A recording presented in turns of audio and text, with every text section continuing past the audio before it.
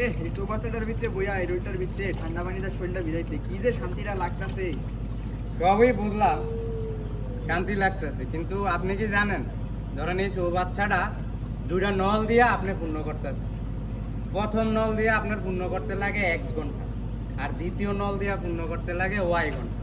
তাহলে দুইটা নল দিয়ে যদি আপনি একত্রে পূর্ণ করেন, তাহলে টোটাল কত সময়ের ভিতরে আপনি এই চৌবাচ্চাটা পূর্ণ করতে পারবেন? এই সূত্রটা কি আপনি জানেন? না আমি জানি না, আপনি জানেন? ও আমি জানি, আপনি চৌবাচ্চার পা ভিজাইছেন, আবার সূত্র জানেন না মিয়া? সূত্রটা হলো 1/x প্লাস 1/y। এই সূত্রটা অ্যাপ্লাই করলে না আপনি বুঝতে পারবেন যে দুইটা নল দিয়ে আপনি টোটাল কত সময়ের ভিতরে এই চৌবাচ্চাটা পূর্ণ করে লাগতে পারবেন। রোডটার ভিতরে মাথাটা গরম হয়েছিল, চৌবাচ্চাটার ভিতরে আসলে একটু ঠান্ডা হইছে। তুই এনেও আইছো সূত্র লেয়া, চৌবাচ্চাটা পুরো নিতে গেলে পাইপ দেওয়া দুইটা।